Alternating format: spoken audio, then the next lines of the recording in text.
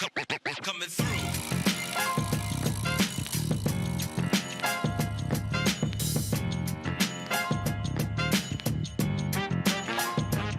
Hey, trying to find the run sheet. I'm looking and supporting here for my next guest.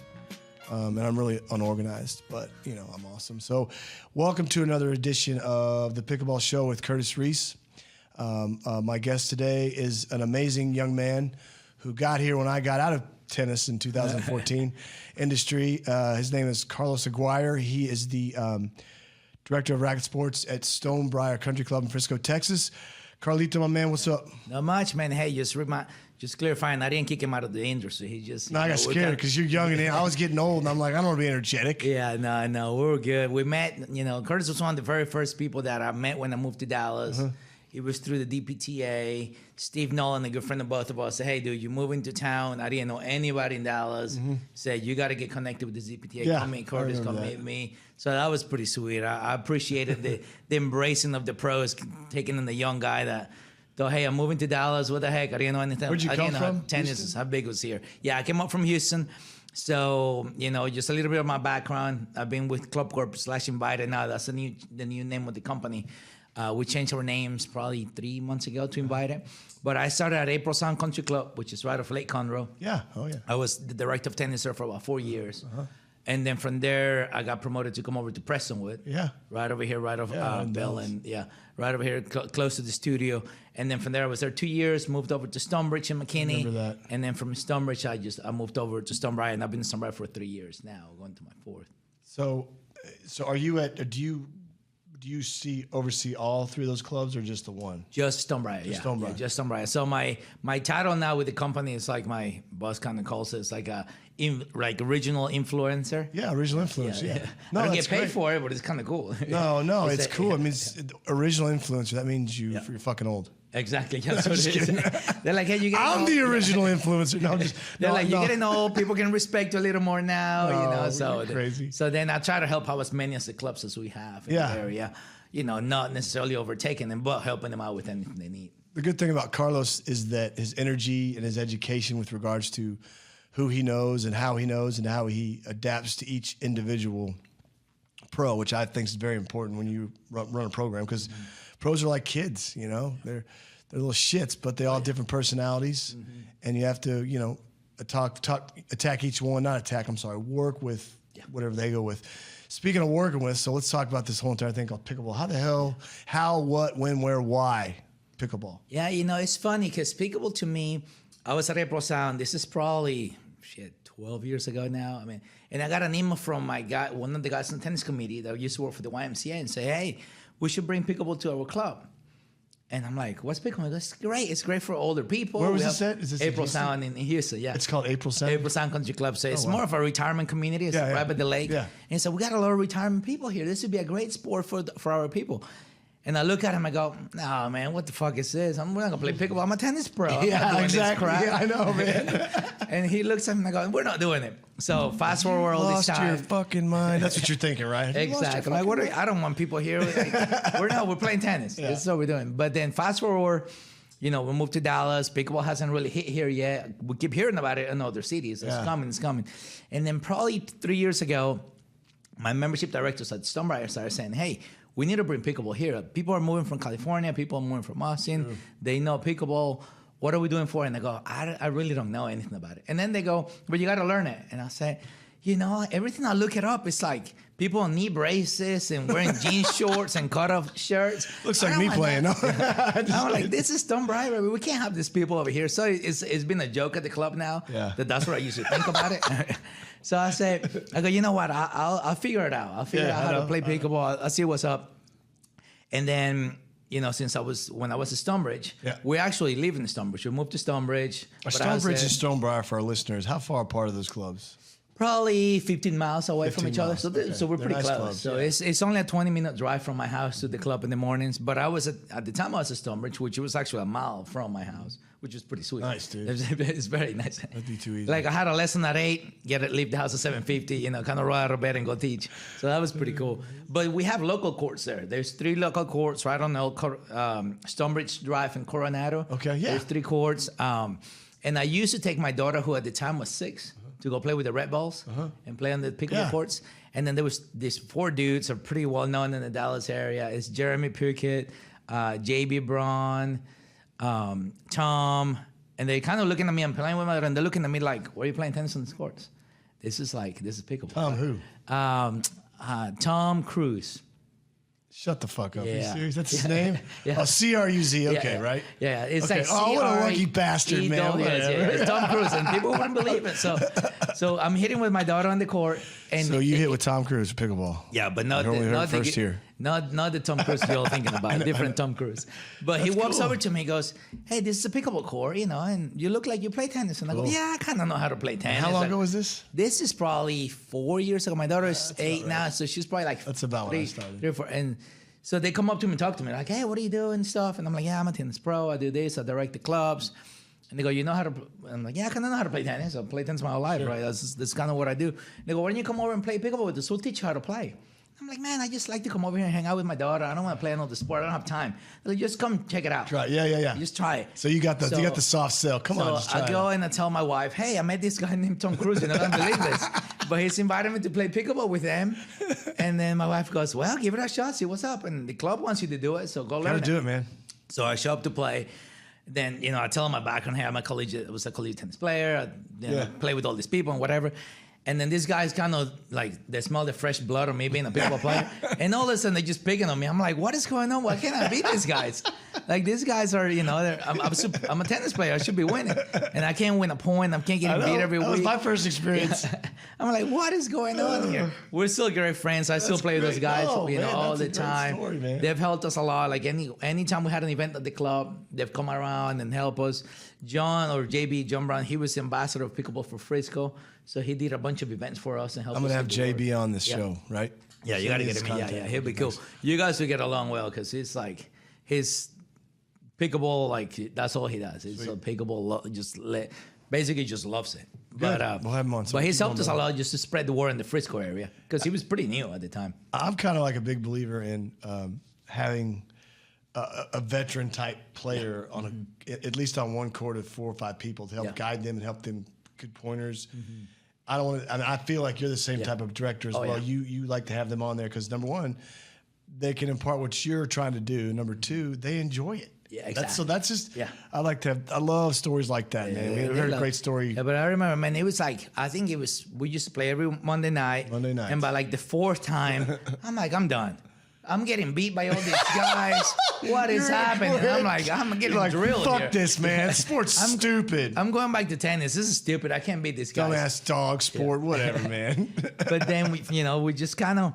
Then after that, I go back to the club and say, "Hey guys, I kind of learned how to play pickleball. I kind of know the rules now. We can introduce it." But I kept telling my manager and the membership department, I said, "Guys, I don't want to bring it in until I really learn it. Yeah, so the worst thing I can do is get out here and tell my members play like this. Now I'm giving them the wrong rules. Look like shit. Exactly. And then we look bad. Then our credibility goes down there. It goes to the trash, right? So I think it was 2 years ago. There was a certification of the chicken and pickle in San Antonio for the ITPTA. Talked was there. Yeah. Had Matt on. I talked to Matt last night. You talked to Matt? That's I had cool. Seymour on. I had Seymour on a few episodes ago. Oh, that's cool. Yeah, I got it. So Matt was our guy that did a certification for us. Matt Lassen. Great guy. He's got all his stories about like what he got into pickleball and left tennis. So cool guy. So we got to the certification. I went down with Henry from Glen Eagles. He's a great friend of mine. Henry, I got to get him on. Shit. Yeah. I go, "Hey Henry, certification going on, bro. The club group is like really pushing for us to learn the sport. We got to do it." So we're like, "All right, let's go do it. We'll figure out a way to get to San Antonio, do it." We show up to the Chicken and Pickle, and I'm like, "What is this place? This is like freaking Disneyland for sports. This is amazing." We get in the classroom, we start talking about pickleball. Everybody's got their stories. Matt is running a great class. Then we go out to the courts and play a little bit. And I'm going, man, I'm not that good. Like, I'm thinking I was good because I was playing with some guys here. But then now there's all the guys showing up. I'm like, these guys can, these guys are good. Yeah. Like, there were some people that's all they do is just play pickleball. So we play for probably an hour or so. And now we're getting a little tired.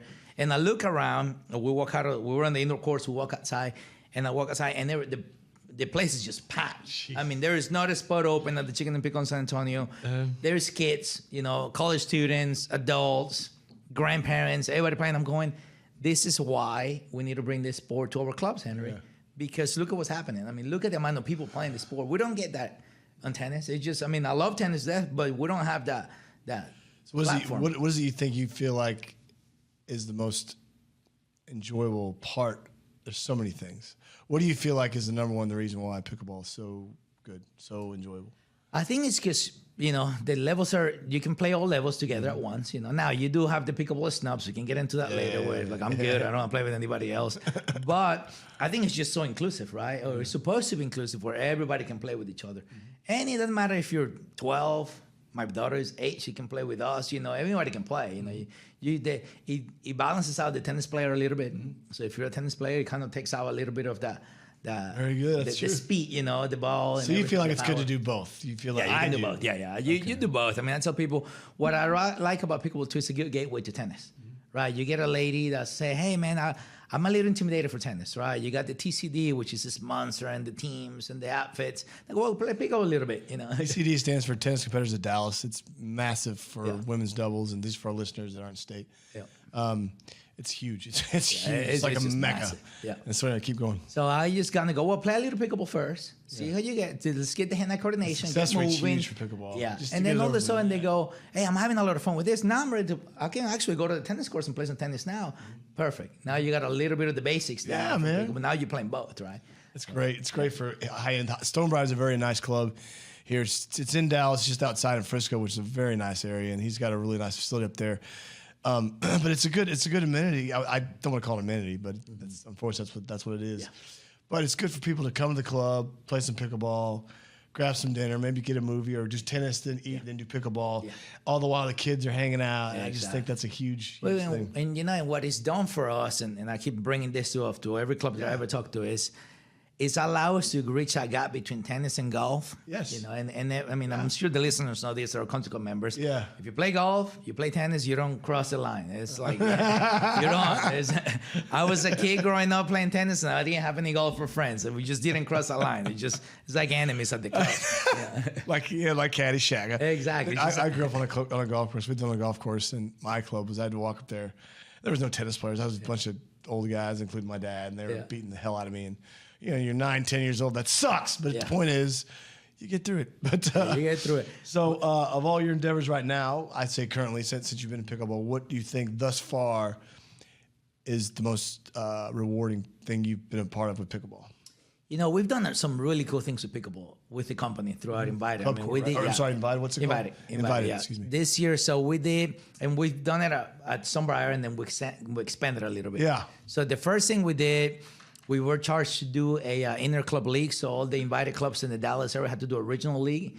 And we were tasked with that. My friend Henry Glenigos and myself, they said, hey, guys, you guys are leading the pickleball charge. Take over. So we went. We had Las Colinas, Brookhaven, Stonebriar, Gleneagles, Aguirre, every club in the area, Preston, Sunbridge. And we created a league for the men on Sunday. That's awesome. Which was really cool because now you had guys that were playing and go, hey, I want to compete a little bit. So it's still going right now? We're going to get one in the fall. So we did it in the spring. Now we're going to do one in the fall as well, too. Because with the current league, the current situation with mixed, it's a tough time. It's tough, yeah. But mixed is tough. So anyway, that's good. Yeah, so that was a cool one, but it was pretty dope because we got Topo Chico Cells to sponsor it and Blue Moon. Yes, it was sweet. We need a sponsor like that. So we got every Sunday afternoon the matches start at 3:30. Every club had to have a cooler with the beer and the banners of the sponsors. So now it became a beer league, right? Yeah. Now it becomes so like the guys are like, hey, how can I get in the team? I want to go play some pickle and drink some beer on Sundays. A beer league with Invited. Formerly known as Club Core. Carlos here, man. Carlos is the man. Yeah, so that was pretty cool. That was a good thing that we did. Then we had our first ever Pickleball Pro-Am. So we got basically for our members, we got all the guys that were 4.0, 4.5 in the city and came over and play at our club. So we had a what we call a pro play with one of our members and compete against each other. But the coolest thing about it was the winner of the event got a championship belt, like a wrestling belt. So that was pretty sweet because everybody wanted to win now. Once they saw those belts, they were trying to win it. So you created a beer league. You created a Sunday afternoon within the company league, which is awesome. And now you have a belt. Okay. So that's awesome. We used to, back in the early 2000s, me and Will Seagraves, Johnny Talent, Eric Clay, we all started a pro league. Okay. and we had played the first matches when Wayne Sluice at Stonebriar. We played. Oh, that's there cool. There was 6 different teams, yeah. all the pros. It's called a DPTA Pro League. Sure. Yeah. So you hear this now, listeners. Well, I think we need to start a pro league. Yeah, we need to do it with everybody. We got to do it. Yeah. Because there's some good players there's some good players at T-Bar. Yeah. Obviously, Tam's there, and then we got you got Chris Cully's going to come on. You got Helen. I mean, Helen's supposed to come on in a few weeks. Yeah. Helen Wilhelm, but that's good. I mean, so what current? Do you endorse any type of paddle? Do you like? It's pretty funny. I like the diadem. I've used the diadem before. I've still used a little bit of the Wilson. People make fun of me all the time because I like playing with the Wilson Echo. And they're like, well, why do you play with that paddle? Like, technology's advanced. You can get something better, right? Dude. And I'm like, hey. I had this guy on the show 2 weeks ago. Daniel De La This Rosa. is cool. You know who that is? This is sweet. You know who designed that? Daniel De La Rosa. Oh, yeah. You know who that is? He's not a racquetball player in the world. He's top 10 in the world. Okay. This is Antonio, sweet, he designed that. Yeah, he's a funny guy. This is sweet. I like that. I've always liked skulls. Yeah, I like that. But yeah, I mean, I was playing with the Echo. I played with the diadem. I like the Hula Jula. I've never played with those. Yeah, it's pretty good. I think that each paddle, like if you remember in college, I had 4 rackets, and you never wanted to get the last racket because it was your worst racket because you just lost every fucking match you needed to win with it, and nobody had guard. I had Prince Graphite 2s. Oh, nice. Fairweather grip leather and all that. But pickleball is different, and then you could like one of those paddles is really giving. Yes. So if I'm playing with somebody who's banging balls, I'm going to use one of them. The other one, if it's stiff and needs touch, I'll use that one. But and I never thought in a million years there'd be so different. A difference in paddles. But it's crazy. There used to be less than, I think Seymour said, less than 10 companies 15 years ago. Now there's over 300. Yeah, that's what's weird. It went from 2020 happened, we get shut down, and all of a sudden we come out of the quarantine, and there's 100 different paddles. So I'm like, what happened? There used to be one paddle, and now you have all these choices, right? So, but it's like I said, it's funny story. We were Chris Colley and myself, who, as you mentioned earlier, Chris is my head pro, head rackets. Head rackets were professional. Yeah, exactly. You woke him up the other day, you're like, hey, Chris, it's called at 7:30 in the morning, dude. And usually he's awake, but he doesn't like you calling him that early. He still has my number saved. That's fine. But anyway, so playing a tournament, and I'm playing with the Wilson Echo, right? It's a white one, and we beat this guy, and it's my very first ever pickleball tournament. So we're kind of battling. I'm trying to win. We win the match, finish the match, sat down, the games, and we're kind of drinking some water. And the guy comes over to the court and it's like, hey, bro, by the way, and then you guys, you beat us, but I think you need to change your paddle. You'll be so much better if you change your paddle. I was told that in Atlanta. I was. And I switched paddles. Yeah.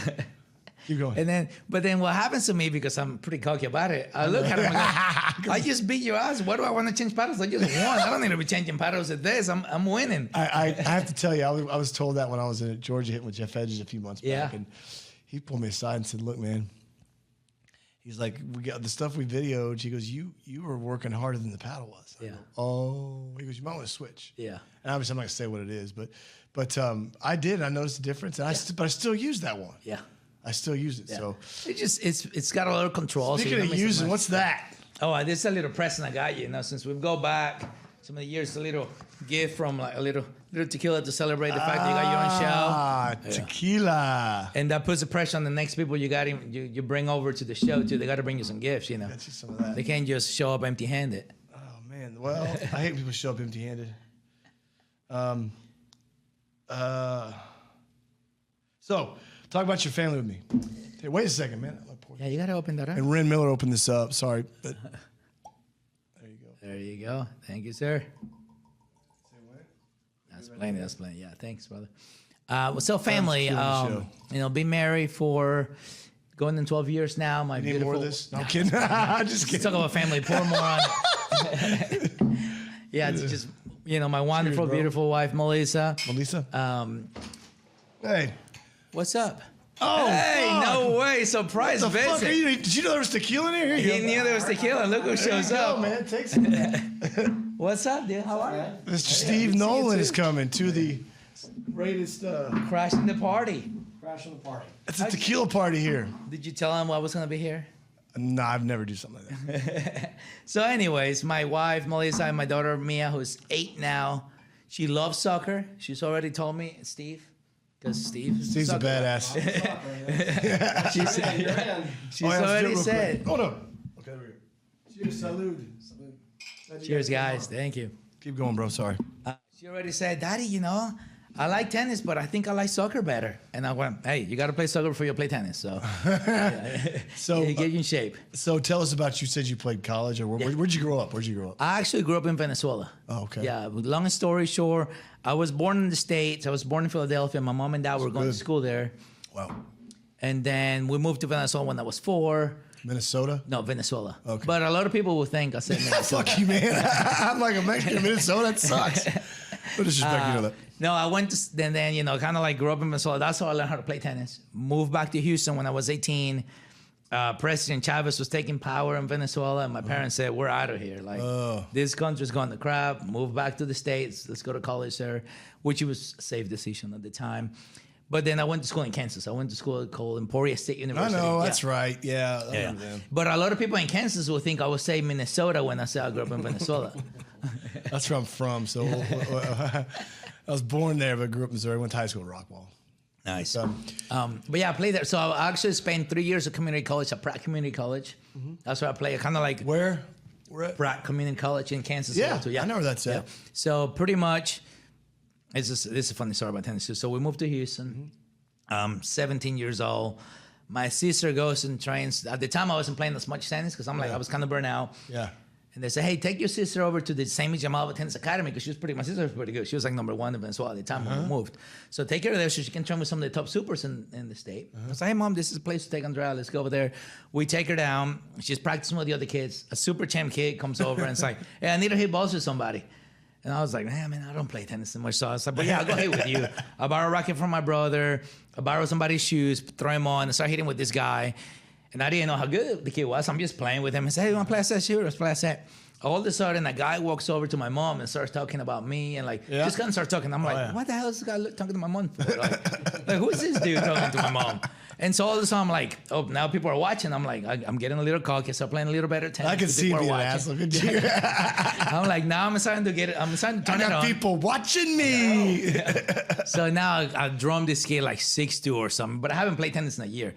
I walk out and the guy goes, man, what are you doing? Like, you're not playing tennis anymore? I go, no, man, I think I'm going to go to U of H. We're in Houston and just get a business degree or something and just do life. I'm done with tennis. I've done it.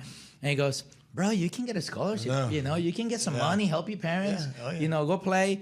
And I was like, nah, man, I'm not that good. I'm like, I'm over this. And he goes, no, seriously, why don't you come out next week? We'll have a meeting. We'll talk. Yeah. And then help you out. But then I found out they were running, it was called College Prospects of America. Oh, wow. And he was like the lead person of it. And they will put your resume online. What was his name? Ah, man, I forget. I think I remember this guy. Yeah, he was a Mexican guy. Yeah. I forget. He might have played. I can't remember. I just can't remember. I don't care. His Mexican. Everything's timing. Everything's timing. Right. Everything's Yeah. timing. It's crazy. Yeah, you're the right person in the right spot. It doesn't happen too often. I feel like. Exactly. So he puts his stuff in online. First coach that calls me is my coach Vic Bateman at Pratt Community College. Vic says, "Hey, bro, you know, I'm a new coach. That's right. Do you want to come play for me?" And I'm like, He'll throw money at you, man. I'm like, new. Yeah. okay, well, whatever, you know. All the coaches called me, and I didn't like any of them on the phone as much as I like this guy. But at the time, I didn't know anything about Kansas. So I'm telling all the kids in Houston, I'm gonna go to Kansas and play tennis. This is great. And they're like, well, do you like tornadoes? Yeah, do you like bad weather? You like snow? And I'm like, nah, it'll be fine. Don't worry about it. Do you like KU basketball? I was like, it's fine. I'll make it work. So I head over there. I show up for the spring semester. And the coach picks me up, drops me up in the dorm. There's the snow blizzards are happening. Yes. So now I'm walking in this. I'm like, what did I do? What I signed up for. What is this place, man? It was bad. That was a cool. That was like we're gonna throw you here, figure out a way to make it work kind of story. One of my college coaches, they made us get out of the van and play 3 out of 5 sets. Yeah. We drove to Corpus. Yeah, and the one that bitch didn't get to start. Nope. I just shut up when I played. And no wind in Corpus. Yeah. So oh my God. No. Anyway, so let's go to the fun stuff. Now we got Steve here. We can kind of go back and forth really with what our favorite things are. But on the run chef this is the fun part. The fun is what do you want to talk about with regards to? So, man, who's your favorite band right now?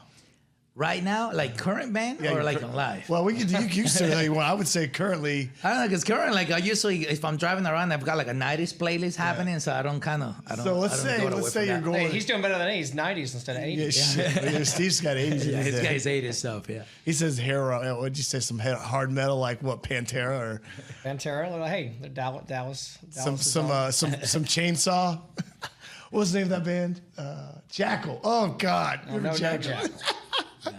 Who you said 90s? Yeah, no, I mean, it goes by list. It's like Red Hot Chili Peppers probably my #1 There band. you go. That's your band. Okay. Then I get Foo Fighters second. There you go. And then third, we're probably gonna go a little younger, go Linkin Park. There you go. Yeah, so That's a good more key, like man. more like rock. What do you have? Like Captain Tennille? Hey, one thing with Woodstock '99 Okay. for TV, that documentary, see you that. see that Man. too, and Gotta with the watch Chili it, yeah. Peppers at the end. Yeah. You need to see what happens after the Chili It Peppers is go off stage. Awesome, yeah.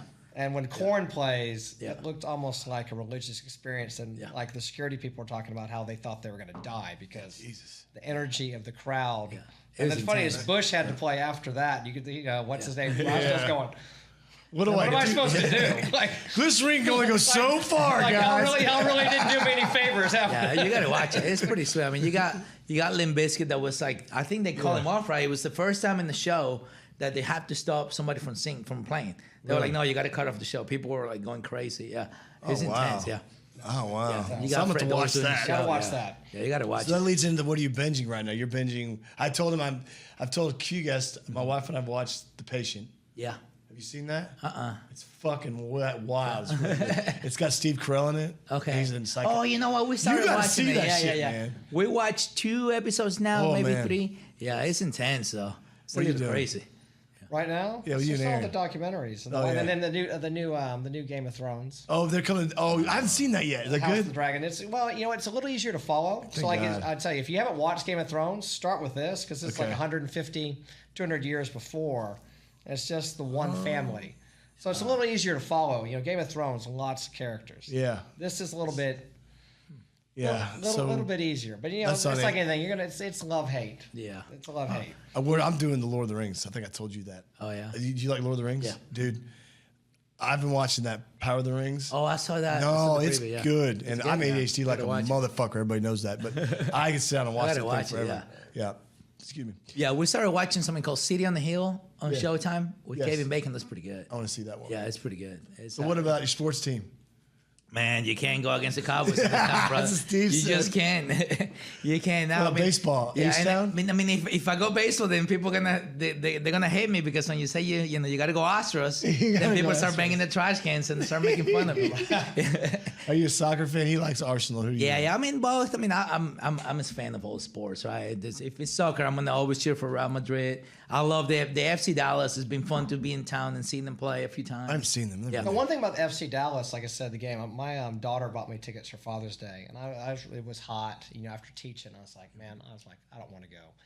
And the crowd there is awesome. Yeah. I mean, the energy there is really, so even if you're not into cool. soccer, I mean, the crowd is so there, it was Chicharito.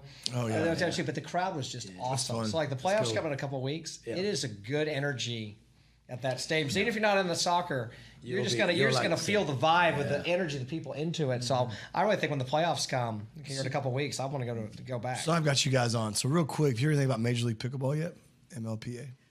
Yeah, I mean, it's You know how it works? They yeah. draft teams. It's They draft the teams. gonna be huge here, Yeah. guys. Yeah, yeah. Not Well, I just mean- not just in Austin, but Yeah. Is this the one that LeBron just bought a team? LeBron bought some. Yeah. LeBron and Draymond Green and Okay. Kevin Love. Yeah. I mean, it's the game is just continues to expand, right? I mean, it's That's the other thing we'll touch on. So would you guys come back? Are you like to come back on at some point? man. Okay. Depends if you have to kill it. But you see the people who are buying these, the people buying these football leagues, the amount of money involved. It's gonna be with what huge. you have in Austin. Yeah. And then here, Dallas. I've never been to a live pickleball tournament. I need to go to one. They're pretty intense. Well, the Royal Oaks. I mean, that was amazing. Yeah, that one. Well, I mean, I'm talking like I've never traveled to a even state that, but that tournament. was Yeah. still, great what Royal Oaks hosted the other day. With, with Craig and Yeah. Craig Bell and Adrian I mean, and Tex-Mex. to have such good players. Had the in the was it instruments Ben that- Johns? Yeah, Colin Johns was Yeah. Jarrett's head pro in, That's right, in yeah. Baltimore. I think. Yeah. That's what he told me. That's right. He was yeah, on. Jared's a He's- cool guy. Have you seen him on the show? Yeah, yet? he came on. Yeah, he's cool. I like him a lot. Well, He look- did our certification for PPR when we had to do it. So. Good. We So, thought- for those of you, like I know a lot of listeners don't know us, but they're eventually we'll be all over the world. But how would people get in touch with you? Because Steve's already done that. How would people get in touch with you with regards to maybe a job? Yeah. Maybe you want to say, hey, I want to learn pickleball. Can you teach me how I'll be your pro? Or maybe how do you join Stonebriar? Because you got a lot of good stuff there. Yeah. I mean, just email me, right? So if you want to email, it's carlos.aguirre@clubcorp.com or atinvita.com now. Or you can always use my cell phone, which is 832-729-9414. Okay. That's how you get in touch with Carlos. But I'm going to knock this to kill. Are we going to get fit after this? What do you have anything? You have anything? I know. Anything? You probably got to go teach now. You're not teaching, Steve? Not right now. What? All right. Steve is a machine. We're gonna. It's Friday Steve's a Slack machine, Day. man. It's Friday Slack Fuck it, Day. man. We're going to get some Mexican food down Beltline and hang out. All right, that's a deal. All right. Well, listen. Hey, on that note, everybody, find a mood, find a show to fall underneath the vocal umbrella. We got a lot of great shows on here. And Carlos and Steve, thanks for coming, guys. You guys are Thanks, great. man. And you'll always be back on and welcome. Thank you. And those of you listening, if you want to contact me, I'm at Curtis at ReeseBracketSports.com or creese@tbarmtennis.com. And sales 972-896-1533. If you have any questions or comments or want to get in the show, talk to me or sponsor it. That'd be even better. But hope you guys have a great week. Let's go drink some beers and margaritas. And on that note, if you see anybody hesitating to play pickleball, just grab them. Say, come on, let's pickle. That's it. Take it easy. Sweet. I'm going to knock this shit back.